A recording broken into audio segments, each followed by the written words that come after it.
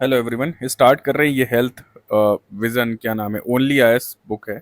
तो only IAS की किताब है और इससे हम करेंगे ये कुछ हेल्थ के कुछ इंपॉर्टेंट पॉइंट्स हैं मेंस आंसर राइटिंग के लिए, बहुत ज़रूरी है। तो चलिए आइए। तो हेल्थ अलॉन्ग विथ एजुकेशन एक इन्वेस्टमेंट है हेल्थ पे, क्योंकि आप हेल्दी हो तो काम अच्छा करोगे, ह्यूमन कैपिटल एफिशिएंट होगा इन द इकोनॉमिक ग्रोथ। तो ग्रोथ होगी, आप काम सही से कर पाओगे, तो ये ultimately you will contribute to the GDP of a country. ठीक। फॉर इंस्टांस जैसे कि एक्सेस टू टाइमली एक्सेप्टेबल और अफोर्डेबल हेल्थ हो। देखो, टाइमली मिलेगा तो आप हेल्थ डिटेरियोरेट नहीं होगी दिन पे दिन। एक्सेप्टेबल हो, ठीक है, एंड अफोर्डेबल है, कम प्राइस में अवेलेबल हो, तो आपकी सेविंग्स बढ़ेंगी। तो आपके काम में ओवरऑल एफिशिएंसी आएगी, ठीक है, आपके भी कोई भी काम में एफिशिएंसी आएगी। तो एंड सस्टेनेबल डेवलपमेंट जो गोल 3 वाला है, it will ensure healthy life and wellbeing at all ages. अब हेल्थ स्ट्रक्चर देख लीजिए इंडिया में क्या है। Primary, secondary, tertiary. प्राइमरी जब आप गांव में जाते हो, प्राइमरी हेल्थ सेंटर्स होते हैं जहाँ एडवाइजेस दी जाती हैं, यहाँ पे थोड़ा बहुत सप्लीमेंट दे दिया गया।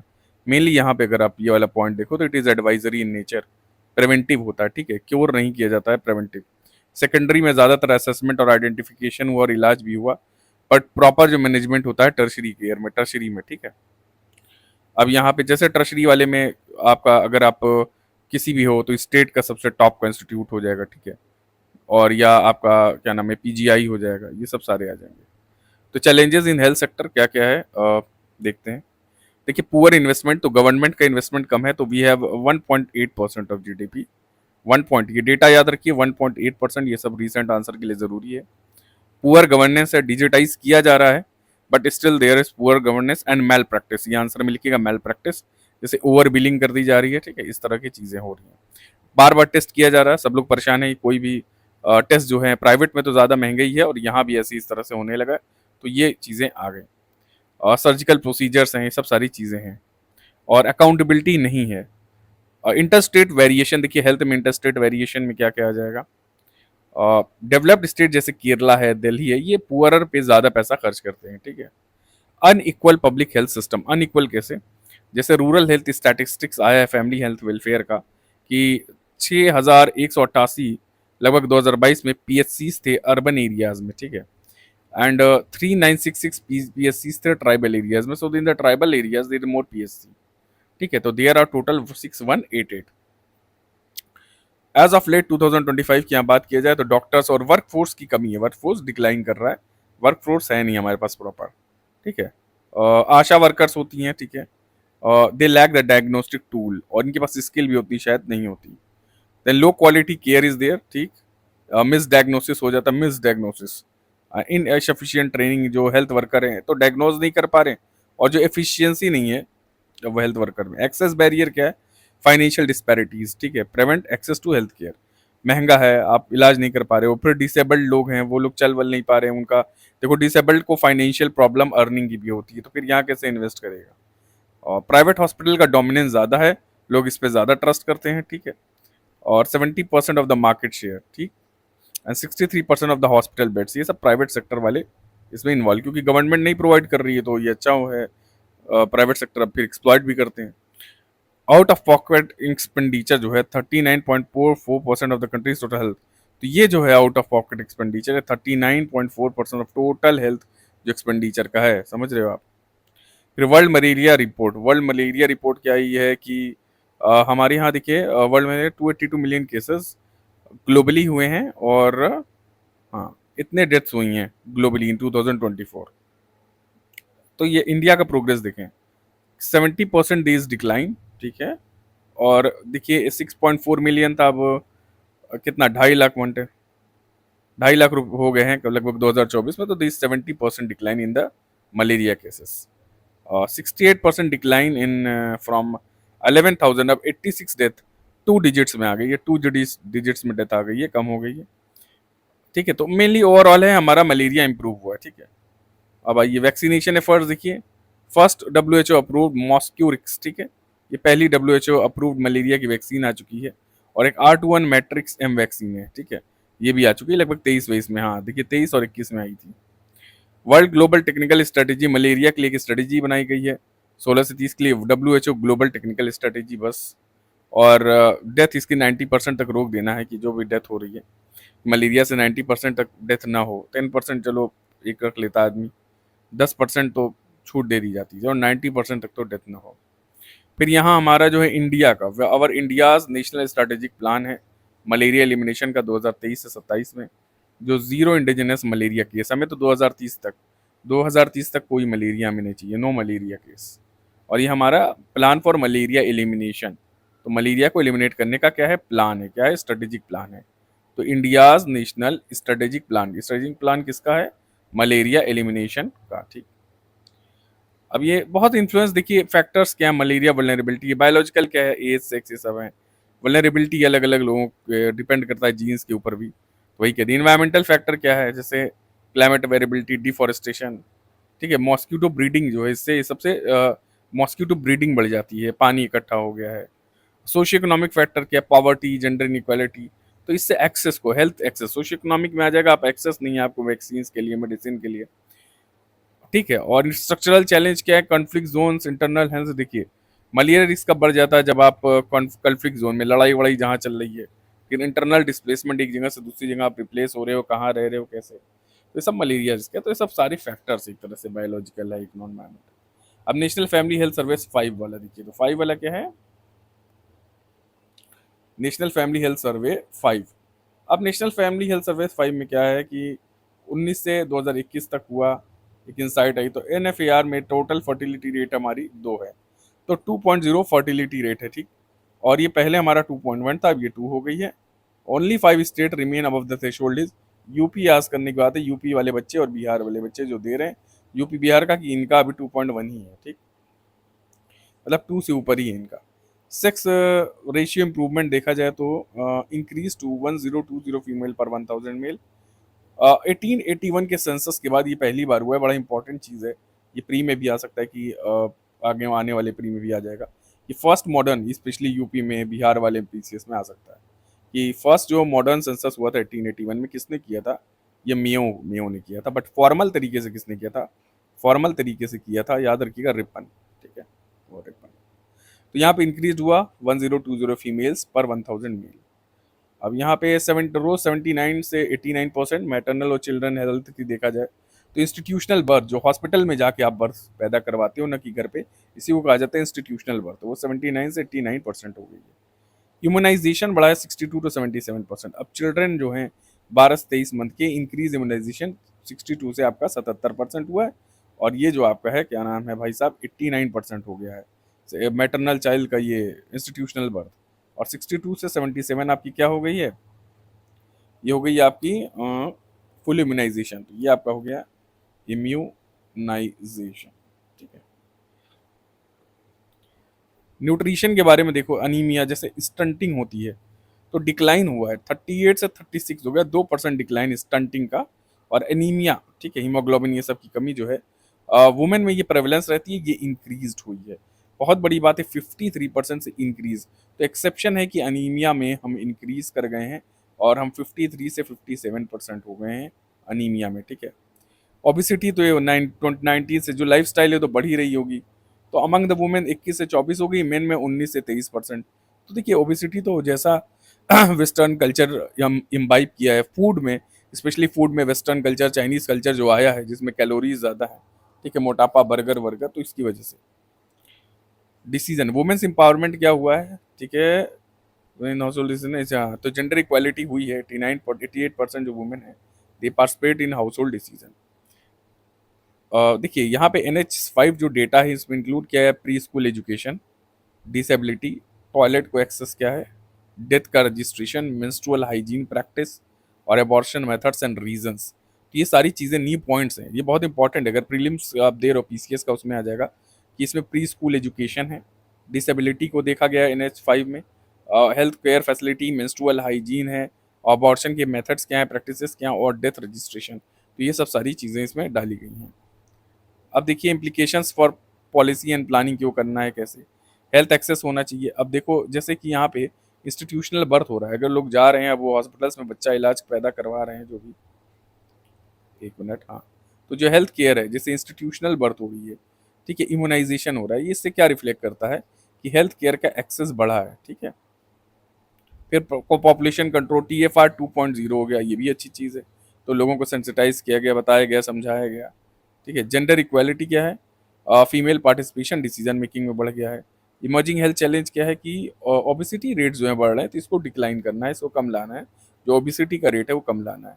नेशनल हेल्थ अकाउंट जो एस्टिमेट है 2020-21 के देखे जाए क्या है। देखिए, यूनियन मिनिस्ट्री ऑफ हेल्थ है, फैमिली वेलफेयर है। इसने एक NHA national health account, national health का एक अकाउंट निकाला है, एस्टिमेट्स। अब इसमें डिटेल्ड क्या किएगी, ओवरव्यू है इसका एक्सपेंडिचर पैटर्न, जो हेल्थ में किस तरह का पैटर्न है, मतलब कहाँ पे ज़्यादा पैसा खर्च हो रहा है।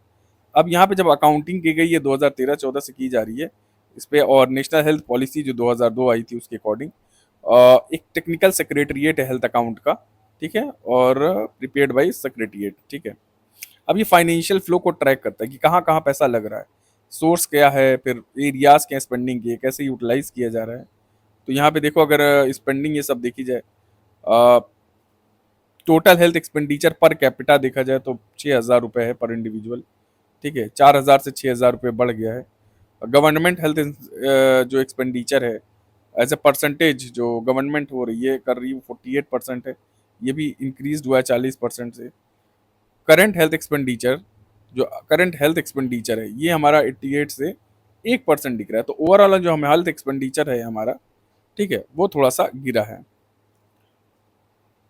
तो यहाँ करंट हेल्थ एक्सपेंडिचर हम देख रहे थे, तो ये करंट हेल्थ एक्सपेंडिचर कितना सर्विसेज पे, हेल्थ सर्विसेज पे कितना पैसा दिया गया है, और फीस कितनी लगी है। ठीक है। तो ये करंट हेल्थ, डायग्नोस्टिक टेस्ट कितना हुआ है। हॉस्पिटल तो मेनली ट्रीटमेंट से रिलेटेड है, कि ट्रीटमेंट से रिलेटेड है कि कितना ट्रीटमेंट पे, तो ये डिक्लाइन किया है। ठीक है, ट्रीटमेंट पे। और ये गवर्नमेंट, टोटल गवर्नमेंट जो हेल्थ एक्सपेंडिचर करी वो इतना है। आउट ऑफ पॉकेट मतलब ये जो टोटल, मतलब इसमें इंफ्रास्ट्रक्चर भी आ जाएगा, हॉस्पिटल बनाना आ जाएगा, मशीन्स जो आप खरीद रहे हो वो आ जाएगा। तो ये आ जाएगा हॉस्पिटल मशीन खरीदने में, टोटल वाले में। करंट हेल्थ एक्सपेंडिचर जो गवर्नमेंट का है वो आएगा सर्विसेज कितनी है, फीस कितनी दी जा रही है, ठीक है, टेस्ट कितने हैं। तो एक पूरा जो सर्विसेज प्रोवाइड की गई, वैक्सीनेशन है, तो जो बिल्डिंग और इंफ्रास्ट्रक्चर बनाना है वो आपका हो जाएगा ये जो ओवरऑल जो हेल्थ एक्सपेंडिचर है। पर अगर करंट वाले की बात करोगे तो करंट में क्या आ जाएगा, यही सब चीजें आ जाएंगी। तो इसमें जो बिल्डिंग, जमीन खरीदी गई है अस्पताल के लिए, बिल्डिंग बनाया गया, वो करंट में नहीं होती है। कहाँ नहीं होती? आउट ऑफ पॉकेट, जो पेशेंट अपने पॉकेट से पूरा पैसा दे रहा है, तो वो क्या हुआ है, वो भी डिक्लाइन हुआ है। ठीक है। तो आउट ऑफ पॉकेट ये 10% कम हो गया लगभग। ठीक है, 10% कम हो गया। 10 नहीं, 9% मान लो, 9% लगभग आउट ऑफ पॉकेट एक्सपेंडिचर इंसान की हेल्थ में कम हुई है। अब सोशल सिक्योरिटी का स्कीम्स आती हैं, उसमें बेनिफिट्स दिए जाते हैं, तो वो थोड़ा सा ये भी डिक्लाइन हुआ है। पर ओवरऑल हेल्थ एक्सपेंडिचर तो डिक्लाइन हुआ था। देखिए, गवर्नमेंट का जो हेल्थ एक्सपेंडिचर है वो इंक्रीज हुआ है 40 से 48%। ठीक है। पर करंट हेल्थ एक्सपेंडिचर जो सर्विसेज पे है वो डिक्लाइन हुआ। आउट ऑफ पॉकेट भी अब क्योंकि है, तो हमारा पॉकेट से कम अब खर्च हो रहा है, क्योंकि ओवरऑल गवर्नमेंट हेल्थ एक्सपेंडिचर हमारा बढ़ गया है, तो बाकी चीजें तो कम हो जाएंगी। और पर कैपिटा भी एक्सपेंडिचर बढ़ गया है। ठीक। प्राइवेट हेल्थ का एक्सपेंडिचर थोड़ा सा प्राइवेट में भी बढ़ा है, तो अगर गवर्नमेंट में बढ़ा है तो प्राइवेट हेल्थ का भी एक्सपेंडिचर बढ़ गया है। ठीक है। फिर डोनर और फंडिंग वंडिंग हुई है 1%, ये भी लोग डोनेट वोनेट कर रहे हैं 0.57%। अब यूथनेशिया देखिए क्या है यूथनेशिया। यहाँ हरीश राणा जो केस आया अभी रिसेंटली यूनियन ऑफ इंडिया 2026 में, इसे पैसिव यूथनेशिया को अलाउ कर दिया गया कि विड्रॉल, भाई इंसान मर रहा हो तो लाइफ सपोर्ट हटा देने की आपको इजाजत है। ठीक है, ये सुसाइड नहीं कहलाएगा। तो it is passive euthanasia.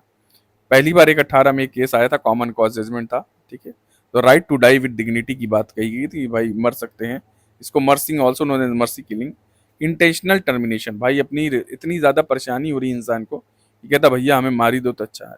It must be administered by physician करेगा, मे बी इधर एक्टिव हो सकती है, पैसिव। अब एक्टिव में क्या है, डायरेक्ट इंजेक्शन दे दिया गया, नॉट लीगल इन इंडिया। ठीक है, डायरेक्ट इंजेक्शन देके मार दिया गया ना। लाइफ सपोर्ट सिस्टम को हटा दिया जाता है, this is legal under specific condition.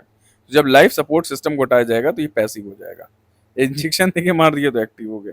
अब जुडिशियल इवोल्यूशन गया पैसे, अरे अरुणा शॉनबर्ग बहुत इंपॉर्टेंट केस है 11 का, पहला रिकॉग्निशन मिला था पैसिव यूथनेशिया का अरुणा शॉनबर्ग में। ठीक है।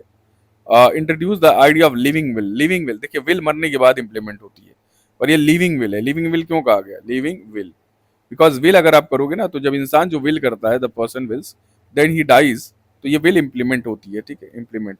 जब तक पर्सन जिंदा है तब तक विल इंप्लीमेंट नहीं होगी, but it is a living will कि नहीं हमें मरना है। फिर ये common cause versus union of India में क्या हो गया 2018 में, declare the right to die with dignity. तो कॉमन कॉज वाले में आ गया कि right to die with dignity और फंडामेंटल राइट का पार्ट है ये। और क्या नाम है, आर्टिकल 21, देखिए 21 बहुत है, right to privacy, Puttaswamy case, ये सब सारी जो जजमेंट्स आए हैं, तो राइट टू क्या नाम है 21 जो है ये बहुत इंपॉर्टेंट है।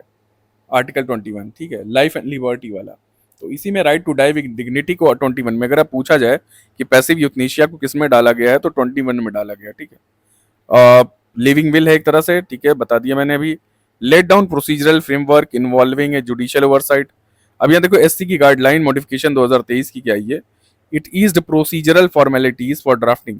इस लिविंग विल को ड्राफ्ट करने के लिए फॉर्मेलिटीज है, ये सब जो है इसको आसान कर दिया गया है। तो इसके बाद अब primary health secondary health care boards होते हैं, they will oversee the decision of withdrawal of LST, ठीक है, तो ये सब पे डिसीजन बनाएगा और विड्रॉ रिव्यू करेगा, ठीक है। फिर आइए देखा जाए क्या है रीसेंट डेवलपमेंट कर्नाटक और केरला के बारे में है। They have become the second state to officially allow. तो केरला और कर्नाटक ये सब हर चीज में आगे ही रहते हैं, तो ये इन्होंने पैसिव यूथनेशिया अलाउ ही कर दिया। फिर है मेडिकल बोर्ड का ओवरसाइट होगा, एक प्राइमरी मेडिकल बोर्ड होगा, सेकेंडरी मेडिकल बोर्ड होगा, ये सब देखेंगे ये लोग। और इसमें कंसेंसस होगा, आपस में सहमति होगी इन लोगों की। एक हॉस्पिटल की एथिक्स कमेटी होगी, ये ओवरसाइट रिजॉल्व डिस्प्यूट और मेंटेन करेगा record related with it. Must be based on informed consent free of coercion. Forcefully नहीं होना चाहिए, ठीक है, फोर्सफुली नहीं होना चाहिए, साइन करवा रहे हो इसमें फॉर फ्रॉड और मेल प्रैक्टिस नहीं होनी चाहिए, ठीक है। Then decision to be recorded and preferably acted within 48 hour. अब एथिकल और लीगल सिग्निफिकेंस क्या है, recognising the autonomy of individual की ऑटोनॉमी है, डिग्निफाइड डेथ है, ये सब सारी चीजें हैं, ठीक, ये सब चलिए। Amendment to international health regulation, ये जो है अमेंडमेंट्स क्या है इंटरनेशनल हेल्थ रेगुलेशन में, थोड़ा सा देखें। 47th हेल्थ असेंबली जो आई थी, इसमें कुछ अमेंडमेंट्स हुए थे 2005 के, क्या था देखिए। तो पहले आप देखो इंटरनेशनल हेल्थ और रेगुलेशन के बारे में क्या है 2005, इसमें क्या है भैया, इंटीग्रेशनल सैनिटरी रेगुलेशन 1951। ये 1951 का एक इंटरनेशनल सैनिटरी रेगुलेशन था, ठीक है, उसका ये 2005 में जो है सक्सेसर है ये इंटरनेशनल हेल्थ रेगुलेशन। तो इंटरनेशनल सैनिटरी रेगुलेशन को रिप्लेस किया है। अच्छा, ये लीगली बाइंडिंग है, लीगली बाइंडिंग है, राइट्स एंड ऑब्लिगेशंस है, कंट्रीज के ऊपर ऑब्लिगेशंस रखा जाता है, और ताकि पब्लिक इवेंट्स इवेंट्स ये लोग मैनेज करें with potential to cross border, ठीक है, क्रॉस बॉर्डर कोई बीमारी फैल वैल रही है मे बी उससे रिलेटेड। 94 WHO मेंबर स्टेट जैसे इंडिया और ये सब हैं, ये सब थे मेंबरशिप, ठीक है, इंक्लूडिंग प्लस लिस्टिंग हाउस। चलो आओ, ऑब्जेक्टिव क्या है, to prevent protect against control and provide health response to, देखो कोई इंटरनेशनल स्प्रेड हो रहा डिजीज से, उसी से रिलेटेड, ठीक है। बस इतना याद कर लो, इंटरनेशनल सैनिटरी रेगुलेशन। अमेंडमेंट क्या है कि pandemic is now clearly defined as communicable disease, कोई भी पेंडेमिक है वो कम्युनिकल डिजीज हो जाएगा। इस्टेब्लिशिंग एक फंड, एक डेडिकेटेड पैसे फंड बना देना, ताकि इसको कैसे टैकल किया जाए, डेवलपिंग कंट्रीज में स्पेशली हेल्थ प्रायोरिटीज दिया जाए, क्योंकि ये लोग वीक हैं, इनके पास पैसा नहीं है, हेल्थ फैसिलिटी नहीं है। अब इसमें एक कमिटी भी बनाई गई है that will oversee the implementation of IHR के प्रोविजंस को। एक कमिटी है जो प्रोविजंस देखेगी, चेंज करेगी उस हिसाब से, ठीक है, कि क्या क्या प्रोविजंस है उसको चेंज किया जाएगा according to the situation, dispute resolution के लिए, फंडिंग के लिए। और national each member state is to design national IHR authority बनाई जाएगी, ठीक है, to serve as a focal point. तो नेशनल एक IHR अथॉरिटी बनाई जा रही है, एंड दिस इज इंपॉर्टेंट। अब चरक क्या है, community health response to action for Koylanchal initiative. ये क्या भैया, ministry of coal and coal field limited ने निकाला है चरक, चरक इनिशिएटिव, बहुत इंपॉर्टेंट, चरक इनिशिएटिव। अब इसमें क्या है, community health in coal bearing areas. भैया इतना पॉल्यूशन होता है ना जहाँ कोयला वेला होता है, इतना फ्लाई ऐश हो गया, धुआं हो गया मिट्टी में। अब जानते हो जहाँ कोयला बन रहा है, कोल कोल जहाँ निकल भी रहा है, वहाँ हाइड्रो, वहाँ कई बार पावर थर्मल पावर प्लांट भी बने होते हैं, वो धुआं हुआ निकलता है, फ्लाई ऐश होता है, उसको जाके कहीं डंपिंग करते हैं उसकी फ्लाई ऐश की, ठीक है, तो वो रीजन पूरा जो डिस्टर्ब हो जाता है इकोलॉजी इन नेचर की, और फिर हेल्थ इम्पैक्ट भी पड़ता है इनके ऊपर, ठीक है। कोई भी लंग प्रॉब्लम हो सकती है आपको, बहुत सारी चीज़ें हो सकती है, पेट की दिक्कत हो सकती है, कोई भी सारी दिक्कत हो सकती है। अब आइए देखिए चरक इनिशिएटिव क्या है, रिस्पॉन्स एक्शन फॉर कोयलांचल। हाँ, launch by Singrauli northern coalfield Singrauli, यहाँ पे किया गया है। Health centre CSR initiative as a part of ये CSR, फ्री मेडिकल ट्रीटमेंट दिया जाएगा वीकर सेक्शन को, स्पेशली सिंगरौली डिजीज में, सिंगरौली में। और डिजीज़ कवर्ड हैं जिसमें देखो कैंसर होने के चांसेस हो रहे हैं, टीबी हो जा रहा है या एचआईवी एड्स है, तो इस तरह की सारी डिजीज़ स्पेसिफिक लंग टू नहीं है, सबको कवर कर लिया गया है। अब नेशनल हेल्थ पॉलिसी 2017 की जो लॉन्च हुई थी, इसमें एक रोड मैप दिया गया था कि कैसे अपनी हेल्थ की कंडीशन को और क्वालिटी वॉलिटी अच्छी की जाए। तो गोल्ड क्या है, 2.5 1.5 से 2.5% जीडीपी में बढ़ाना है। क्या हेल्थ का एक्सपेंडिचर, 67 से 70 लाइफ एक्सपेक्टेंसी करनी है। टीएफआर 2.1 से 2 करना है, तो अब 2 अचीव हो चुका है। अंडर 5 मोर्टिलिटी रेट जो है 23 होना चाहिए पर 1000। मैटरनल मोर्टिलिटी टू 200 लेके आना है 2020 तक, ये सब बनाया गया था। और फंड फैन अंडर 5 वालों की 23 से कम। जो मैटरनल मोर्टिलिटी रेट है उसको, न्यूनेटल मोर्टिलिटी रेट 16 से कम हो, still birth to single digit, ठीक है। तो ये सब सारी चीज़ें लाई गई थी। Achieve 90 target for HIV aid. यहाँ 90 क्या है, 90% living people living with HIV know their status. 90% those received, इनको थेरेपी और एपी दी जाए और या वायरल सप्रेशन किया जाए, ठीक है। तो ये 90%। अब फ्लैगशिप स्कीम क्या है, ये तो पूरा हो गया आपका। फ्लैगशिप स्कीम क्या है, आयुष्मान भारत की स्कीम आई है। हेल्थ और वेलनेस सेंटर है इसमें, ठीक है, आयुष्मान भारत में। और वहाँ 1.5 लाख लगभग सब सेंटर और PSCs बनाए जाएंगे, ठीक है, प्राइमरी हेल्थ से। आयुष्मान भारत जन आरोग्य योजना है, लगभग 5 लाख पर family per year health insurance दिया जाएगा, ठीक। फिर नेशनल हेल्थ मिशन है आपका, रूरल है, फिर इसमें अर्बन भी हो जाता है। डिसेंट्रलाइज प्लानिंग होती है, ठीक है। तो ये एक्सेस टू रूरल एरियाज के लिए डिसेंट्रलाइज, जैसे पंचायती राज है, वो भी किस लिए आया था, डिसेंट्रलाइज, तो ये भी decentralise. India newborn action plan, एक India newborn action plan है, ठीक है। रिड्यूस करना है न्यू नेटल मोर्टिलिटी रेट और स्टिल बर्थ रेट बाई 2030, ठीक।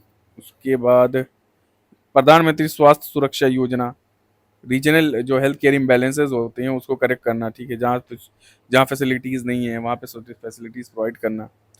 तो प्रधानमंत्री स्वास्थ्य सुरक्षा योजना, PMSSY। स्वास्थ्य सुरक्षा निधि, निधि माने फंड वंड होता है, तो फंड हो गया यहाँ पे, and it is non lapsable, ठीक है। फिर इसको तो पास होना ही है, फंड मिलेगा ही मिलेगा।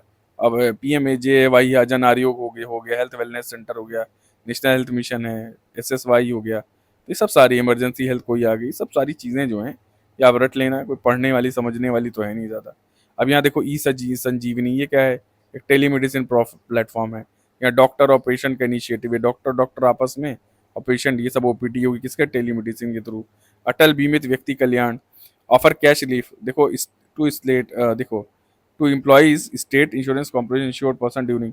तो अनएम्प्लॉयमेंट के समय में कोई भी पर्सन है तो उसको क्या नाम है, अटल बीमा में मिल जाएगा, कैश रिलीफ मिल जाएगा, ठीक है। तो जो स्टेट इंश्योरेंस कॉरपोरेशन में जो लोग वो हैं इंश्योर्ड हैं, उनको ये लोग ये चीज़ें मिल जाएगी। तो अटल बीमा, तो ये याद रख लीजिएगा, याद करने वाला है अगर याद कर सकते हैं तो। अटल क्या नाम है इसका, अटल बीमा व्यक्ति कल्याण योजना। फिर टेलीमेडिसिन प्लेटफॉर्म, फिर ये स्वास्थ्य बीमा योजना, प्रधानमंत्री स्वास्थ्य बीमा सुरक्षा योजना, प्रधानमंत्री स्वास्थ्य सुरक्षा निधि, फिर स्वास्थ्य बीमा योजना, ये सब सारी आ जाएंगी। फिर बेटर डेवलपमेंट हाउस कम हो, ये सब सारी चीज़ें। Measures through which state can enhance the reach of public health care at the grass root level, ये 2024 में आया था। PSC को इम्प्रूव करो, ठीक है, प्राइमरी हेल्थ सेंटर को इम्प्रूव करना था। फिर मोबाइल हेल्थ यूनिट बना दिया, जैसे केरला का मोबाइल वैन है, टेलीमेडिसिन है, आशा हैं, वर्कर्स हैं, प्राइवेट प्रोवाइडर है, NGO से कोलैबोरेशन हो जाएगा। तो ये सब आप हेल्थ कैंपेन कर लो, स्वच्छ भारत मिशन, ये सब। और भी बहुत आंसर लिख सकते हो अपने पॉइंट्स, ठीक। तो ये सब सारी चीज़ें हैं। अब यहाँ पे ये छोड़ो, यहाँ पे हेल्थ इंश्योरेंस, अच्छा हाँ, मोहल्ला क्लिनिक बना है दिल्ली का। फिर केरला में हेल्थ नेटवर्क है, तमिलनाडु का अम्मा क्लिनिक हो गया। तो ये सब सारी चीज़ें आ जाएंगी, 2-4 स्टेट्स के एग्जाम्पल दे दो। फिर health insurance for India missing module. तो ये सब जो है ये वाला नेक्स्ट लेक्चर्स करें।